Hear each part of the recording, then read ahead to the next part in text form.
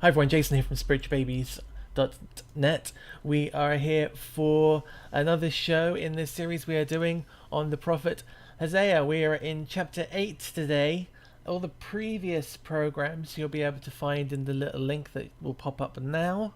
There's a playlist that this is part of as well, so at the end it will suggest other programs. We are being walked through this book by Rabbi Joshua Neely.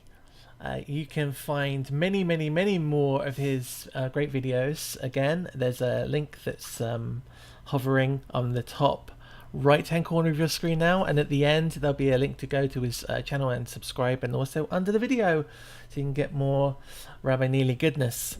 That should be what you call your YouTube channel. Alright, so chapter 8, and I'll be honest, I'm going to ask some really dumb questions in this just to make it really obvious to anyone who's listening along about what's being spoken about. Because I had to look up and make sure that that was shofar. So in the first line, in verse 1, it says, "To your palate a shofar, like an eagle upon the house of the Lord. For they have transgressed my covenant, and they have rebelled against my law." Now, shofar here is spelled S-H-O-P-H-A-R. And I hadn't seen it spelled like that before. And I thought, well, I think it's shofar. So I had to go and have a look, and it was. And I think we all know that a shofar is kind of a ram's horn. Right. And we've covered before that it's used generally in times of war or alarm. But what's the relationship between the palate, which is kind of the cleft of your mouth, or the thing you taste with as well, and a shofar? How does that work? So what seems to be, according to the commentators here, is the idea that this is being blown exceptionally strongly. This is being blown with deeper and stronger wind, because it's not just being blown like through the lips, but being blown deeper in the mouth. At least that's what the commentators seem to indicate. Now, again, the question of antecedent pronouns is always relevant here. Who is the you of your mouth, or your palate, or however you want to translate hikcha? The cha is the question mark. Again, most of the commentators say that's the prophet. That God is saying that he needs Hosea to blow loudly on this topic. Okay, well that would make sense. Like an eagle upon the house of the Lord, for they have transgressed my covenant. So, like an eagle, we also get eagle is a big, mighty bird of prey. Eagle pops up as an animal quite a lot. Maybe it's in the top 3. I said something I should look at. Top 3 animals used in analogy in the Tanakh. That'd be an interesting list. Little plug. As long as you're mentioning animals in the Bible. So there's a wonderful man who has done great work specifically on the topic of animals in the Torah and in the Tanakh and in rabbinic literature. Rabbi Natan Slifkin, he did a whole encyclopedia of the animal kingdom. He's also done a lot of other books and monographs on animals throughout Jewish literature. Very interesting person as well, because his books came under attack by the Haredim, the ultra-Orthodox, because he dared to correct some of the earlier rabbis' misunderstanding of certain biological things. And so that became a real point of contention within the community. He runs a great website called Rationalist Judaism. Highly recommend it. But definitely check out his books, where he talks about how the animals are portrayed and really gets down into what some of the animal identities were with modern species, because sometimes there's been some confusion over the centuries of exactly what is each animal, and how we should understand the metaphors then that are being used biblically when we're reading through the Tanakh. Right, because the animals have got their own characteristics, and the way they live, and the way they hunt, and the way they rest, and the way they loll about. I know that sometimes you read it and it will say squirrel, or it will say badger, and I'm thinking the squirrel and badger that I see in the UK, right, it's not the same one that's in Israel. But as we spoke about before on a different show, it's what the European understanding of that text would have been, right? They kind of paired it up as well as they could. Exactly, and he does a really good job of following the pairing back to the best guess of the original animal species in order to help us then understand the text. So yes, Rabbi Slifkin, very great scholar, real contribution for understanding this part of the Torah's language, but also just generally for how Judaism tries to do its job. Excellent. There'll be links under this video if you're interested in buying that book to a place you can go and buy it. Okay, so like an eagle upon the house of the Lord. Now, the house of the Lord, are they talking, is this text talking about a group of people? Because later on we have a house of the Lord and it's a temple, but this can't be that. Why couldn't it be the temple? This is definitely in a time with the temple already in existence. Oh, that's fair. But we're talking about the Northern Kingdom, right? And the... Oh, yeah, no, that still works. Exactly yeah, no, right. That's fair. Okay. So again, there's a couple different ways to try and understand it. One of this is that this is calling... so one way to understand this entire first half is that this is a summoning to the enemies of Israel. That basically God is saying to the prophet, go ahead and call out to all the enemies of Israel because they've blown it. And they're welcome to come down and pillage because they're done. We're going to have the catastrophe. Another way to read it, though, is that this is the prophet being ordered to call out to the people of Israel, saying, here's your warning signs, right? It's as obvious as though there was a giant eagle sitting on top of the temple going, Gah! And this is calling you back to God because right now you are blowing it, as the second half of the verse goes into. I just, when you say the giant eagle sitting on top of the temple, it just kind of reminded me of the destruction of the second temple and the Romans wanting to put a giant eagle on top of the temple. It's kind of interesting.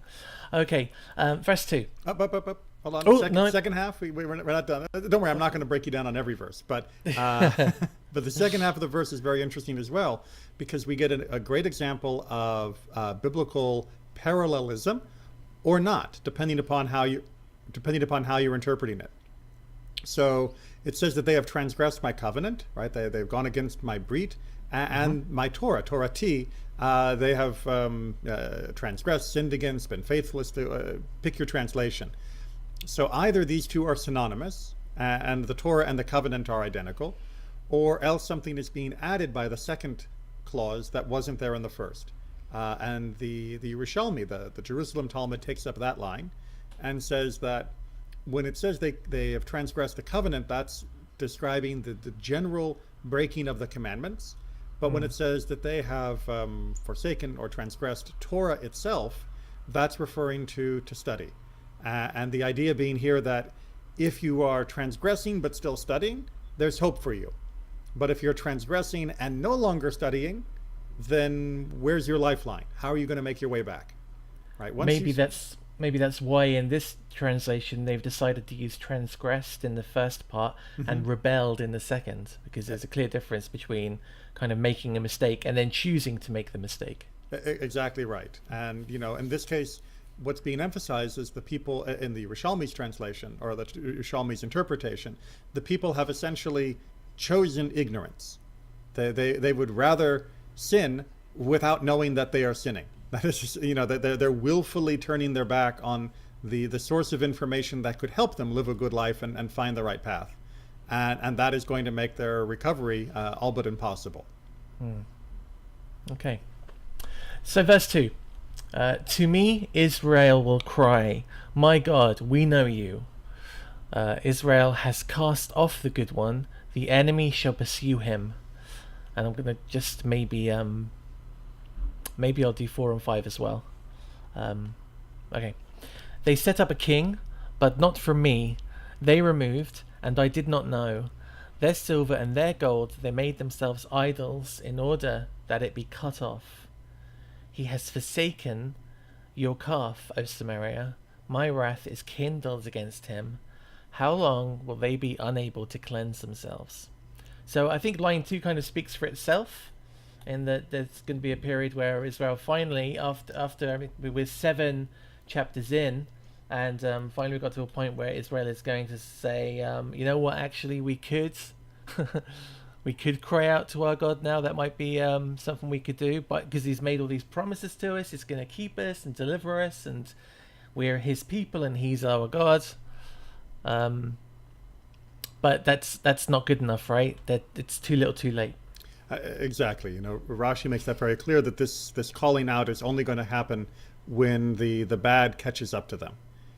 But as you say, it's the underlying problems are so deep that calling out is a great first step, but they have just stripped themselves bare of any root of morality. That how are they going to make that work? And that was something we discussed in the earlier chapters as well, that there may be momentary feelings of repentance, but they have essentially burnt their moral forest to the ground. It's just not going to take root again. The phrase he used for, I'm assuming it's used for God, the good one. I don't know if that's repeated anywhere else. I've never seen that title used before. That is definitely for the creator. Yeah. Well, so so the word in the text is tov, which just means good. Right. So you could read this as being Israel has rejected what is good. Or you can say this is Israel has rejected God, who is the good, capital T, capital G. And both interpretations work fine. But in terms of God having the title good or tov, this is actually a title that gets used elsewhere. It's been codified into brachot. If something good happens, we say Baruch HaTov v'hametiv. Blessed is the good and the one that makes good. Or rather, good. Blessed is the good, meaning God, for he is the one that makes good. So you're blessing the good and simultaneously you're identifying the source, which is God. Now I'm looking because I've got the Hebrew next to it, and I'm not great at Hebrew, but I can see Tov in there. Yep. Right after Israel, and then Tov comes next. I'm getting little bits at a time, baby steps. They set up a king but not for me. Now that's an interesting thing, isn't it? Because the people begged for a king, and they and when the kind of kingly line was delivered, and God said, if you want a king, fine, I'll give you a king. But in this instance, it looks as if they're making up their own hierarchies of royalty and government and all sorts. Well, especially in the Northern Kingdom. Although it began with divine sanction, the vast majority of the northern kings were not appointed or approved by God. And of course, all of them didn't follow through on following God, but that's a whole other story.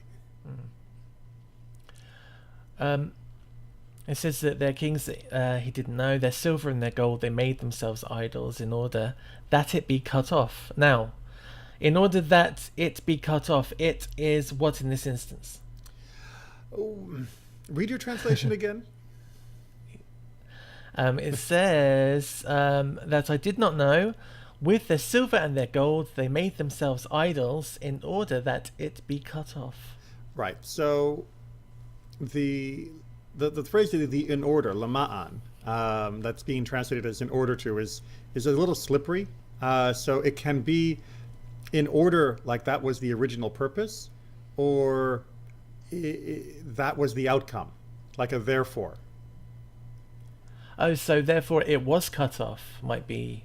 Or therefore it was cut or shattered or broken, because you can read this as saying, and indeed some of the commentators do, that the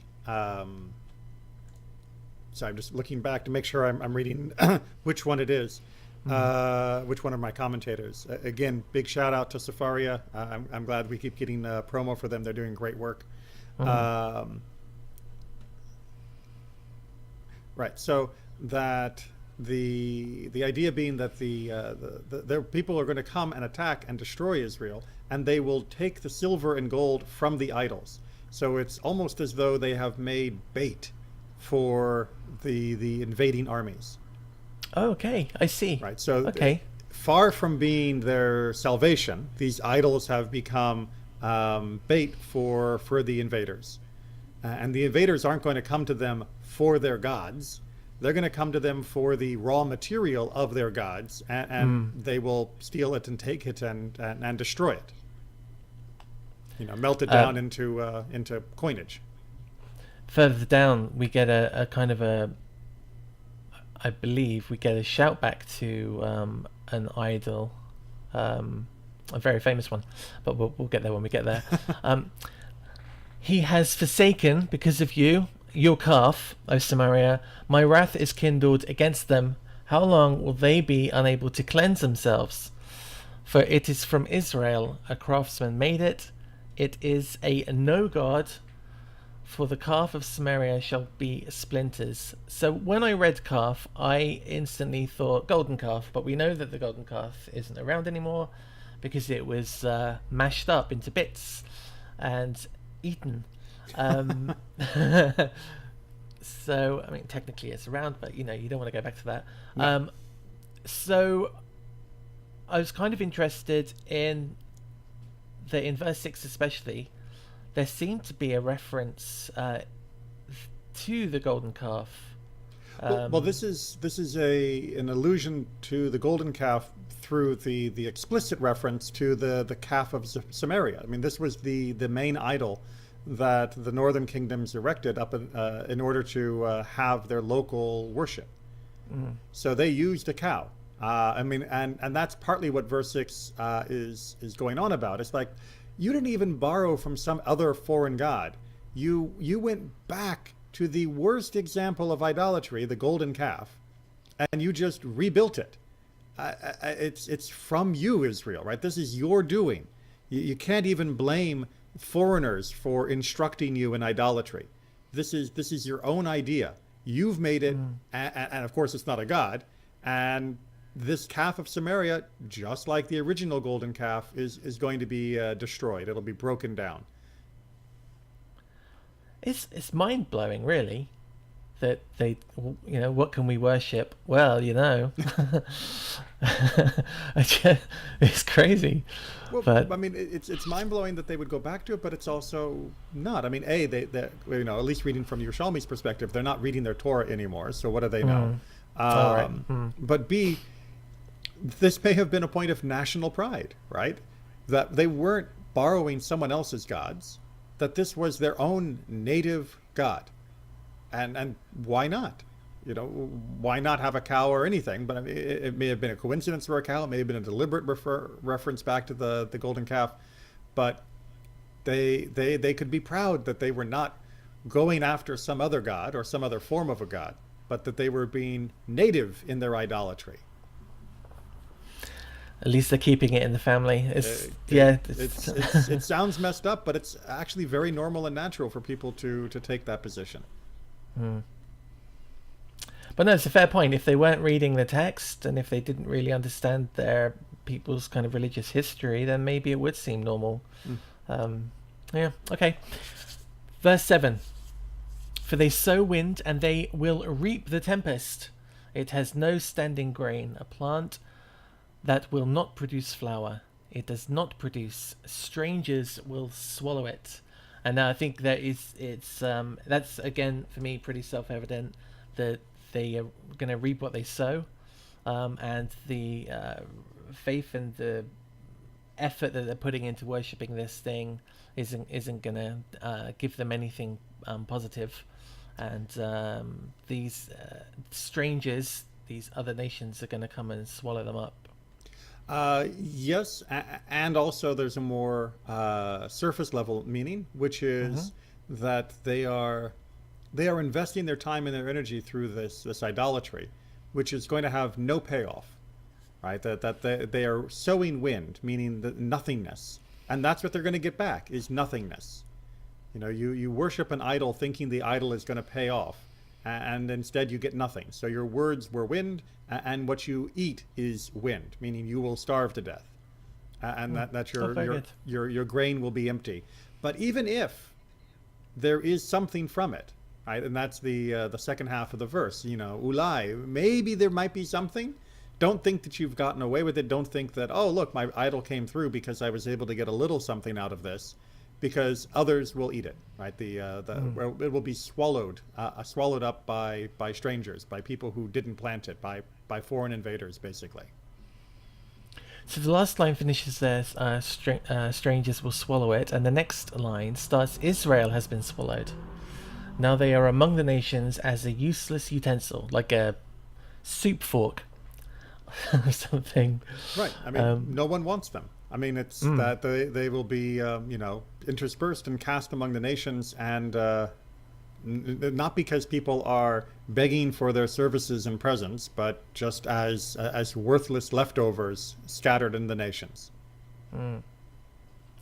So on that note, I know that we spoke about the division of the northern kingdom and the southern kingdom, and the northern kingdom is Israel, and the southern kingdom is Judah. I was having a conversation with some people over the last couple of days about the missing tribes, if you like. The tribes of the northern kingdom. Well, I mean, it's not necessarily the missing tribes, because there were refugees from the north that came from the other tribes. So that's what I wanted to say. It wasn't that much of a clear division, right? You would have had people from all of the tribes in both of the lands. It's just that Judah had a majority, maybe. Right. Of, I mean, Judah, or rather the northern tribes, that was the ancestral land of those tribes. But if you were not, from Ephraim, you could still live in Ephraim. You wouldn't have an ancestral holding that was part of your family's legacy going back to the time of Joshua, but you could still live there, and people did, and vice versa. So because we have people walking around today, that can trace their family heritage back to tribes which they shouldn't be able to trace them back to if all of those tribes were lost.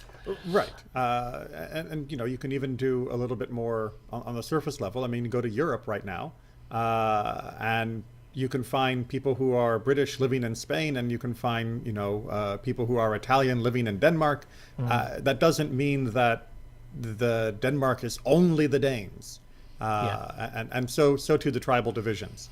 So definitely there are representatives ancestrally, even if they don't always know it, of all the tribes, both in the current people of Israel, the current, Jewish people, and there are representatives probably of all the tribes as well who don't know it, that are scattered among the nations, and have been for a couple thousand years.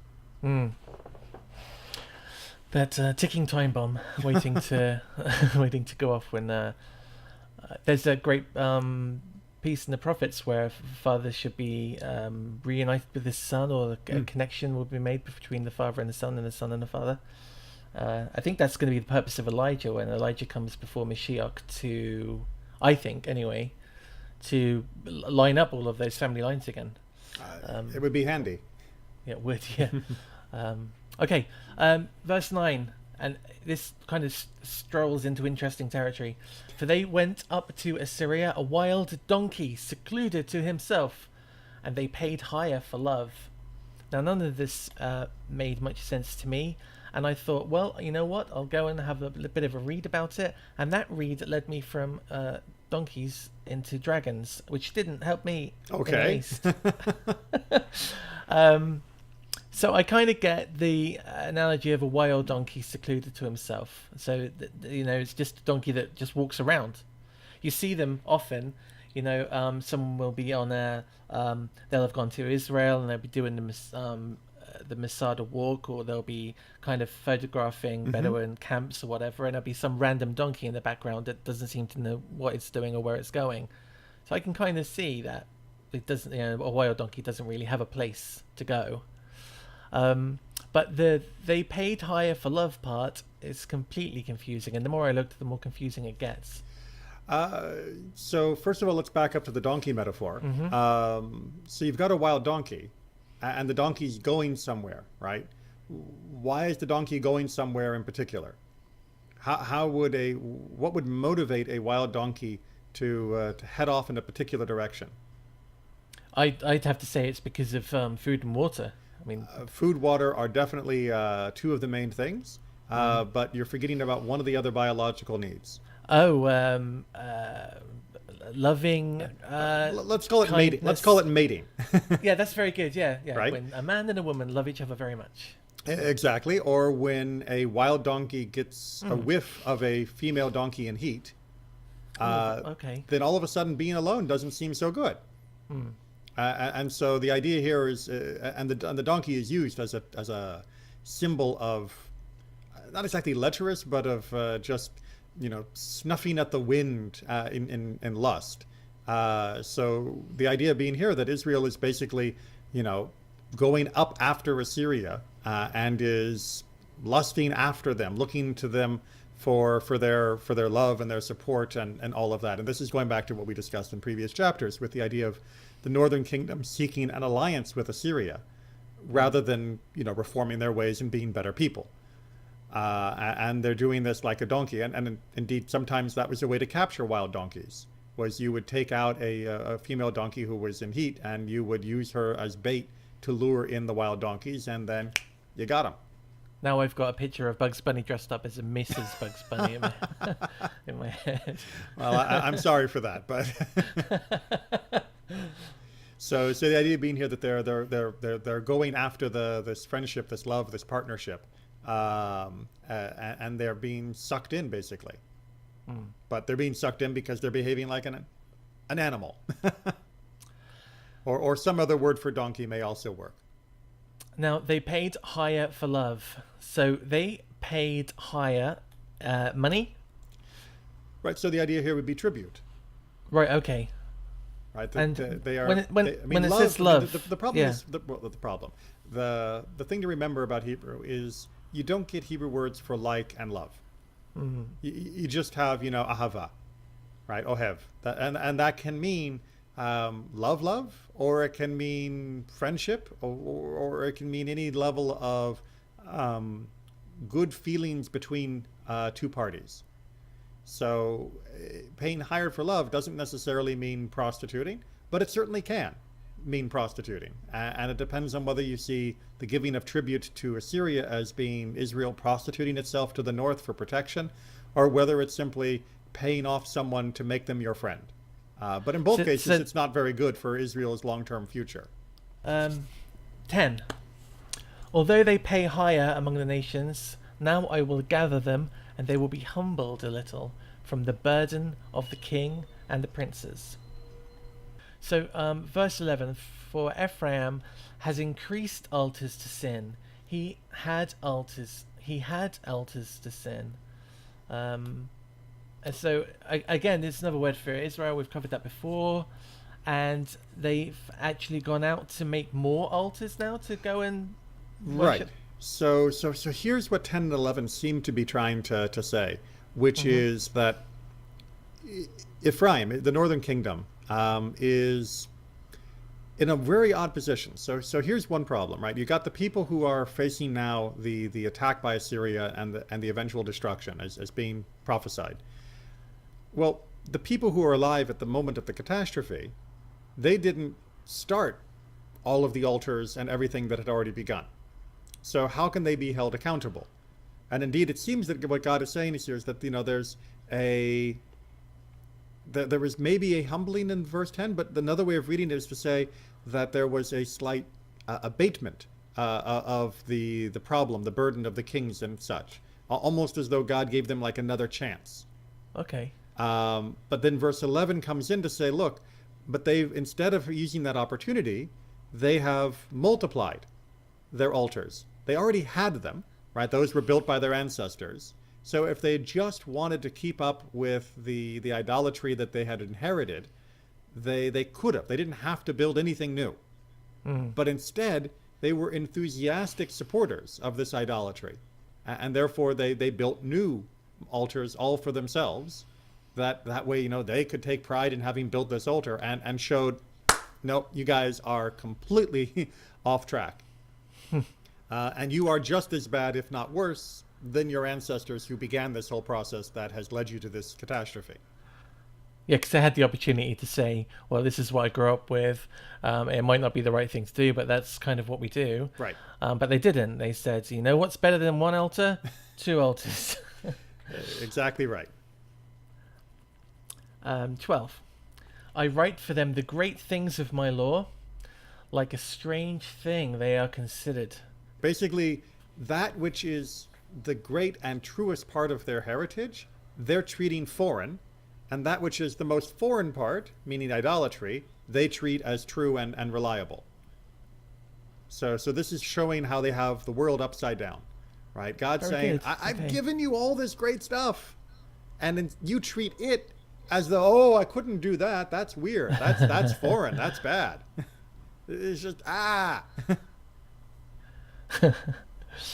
It's just it sounds like so familiar because you get that argument all the time. That's kind of interesting. Like a strange thing they are considered. Okay.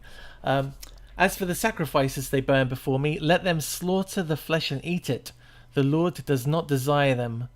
Now he will remember their iniquity and visit their sins when they return to Egypt.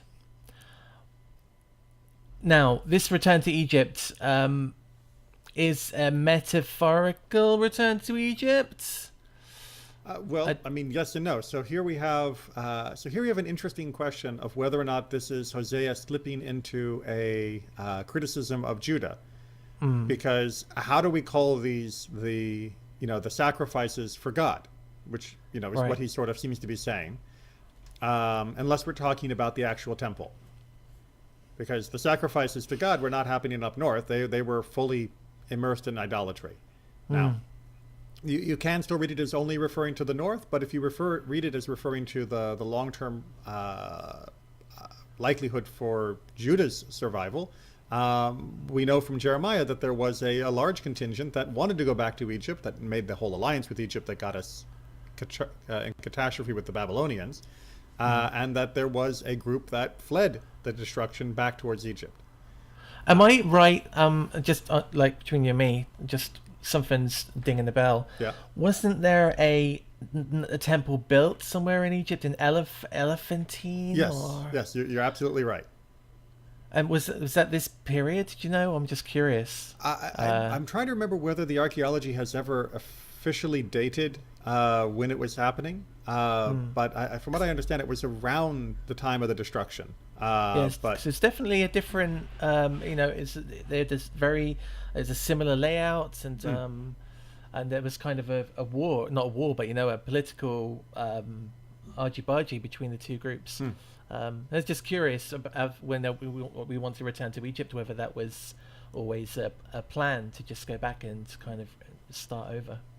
Well, Egypt was always the tempting, thing. That's what we see as we read through the whole story of the Exodus and the wilderness period. Is Egypt always seemed a little better once we were out of it than when we were in it. But this idea here, where God is basically saying, "Look, if you want to keep making sacrifices while doing all the other horrible stuff, you might as well just eat them yourself, right? Don't turn them as an olah. Don't burn them up on the altar. I don't want them." You eat it, because they are worthless given your current spirit. Israel has forgotten his maker and has built temples, and Judah has increased fortified cities, and I will set fire to his cities, and it will consume her palaces. I don't know if we need much extra on top of that. I kind of odd that. For me anyway, up to this point, I've always assumed that Judah was the one with the more religious iconography and the temples, and Israel was the one with their fortified cities and their palaces. Well, here, I mean, the temples that are being referred to are, of course, the idolatrous temples in the north. And Judah, you can't really complain that they were building lots of temples, because they did still have the temple. But what you can point out is that Judah did not seem to think that its future was tied up in God. They thought their future was tied up in their fortresses and their military alliances. And that's putting the cart before the horse, you might say. So that was chapter 8. Nice and fluid.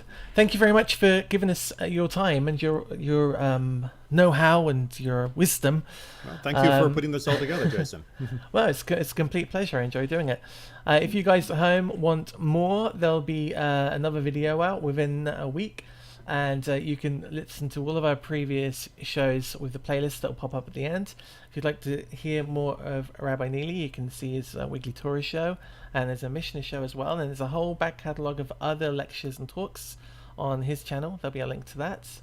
And if you've got questions, please leave them under the video. Don't forget to subscribe to the channel, give the video a thumbs up, share it with your friends. We'll see you all again soon. Bye-bye. Bye.